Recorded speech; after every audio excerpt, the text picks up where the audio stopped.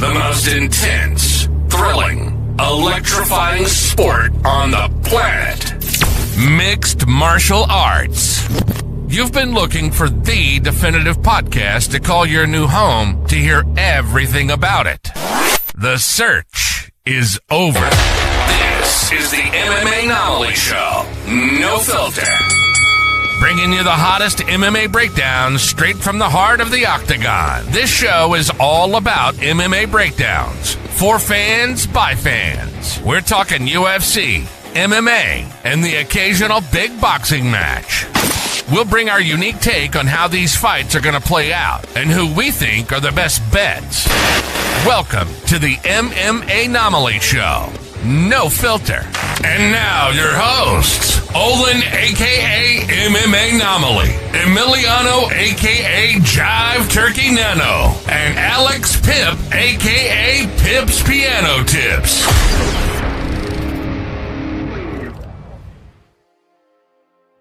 What is up, fight fans? Welcome back to another episode of the MMAnomaly Show, No Filter. I'm your host, Olin, aka MMAnomaly, and with me, as usual, are the co-hosts with the most. I'm talking about a Jive Turkey Nano and a Pip's Piano Tips, folks. Before we jump into the fights, before we jump into all the action that transpired on Saturday afternoon, Saturday evening, wherever you are in the world, maybe fucking Saturday morning, let's jump into how the hell we're doing. It's Tuesday. It's a Tuesday, ain't it? Governor, just curious, man. How's the week treating you boys so far? We'll start with you, Pip. How's your Tuesday going, brother? Oh, did we lose It's going good. It's a little is. bit of a rainy day, which was nice. Got to play a little bit of catch up and what? Oh shit! Am I here? We don't know what's going on. All right. Well, if I'm back, I'm doing good. We had a partial arts. Yes, that's what we're here to talk about tonight. We had a great card. I'm doing good. Good start to the week. Nano, how you doing, brother? Great to see you, Pip. Great to see MMAnomaly, and great to see all y'all in the chat as well. I'm doing fantastic. It's a bright, sunny day here in San Francisco. UV rays are sitting at a pretty 10, which means we're getting some tan, baby. I love it. Getting some color out here.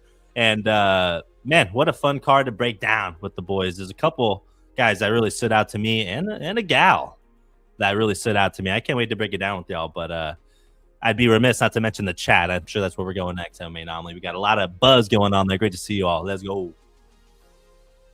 Man, what a fucking fight card this was.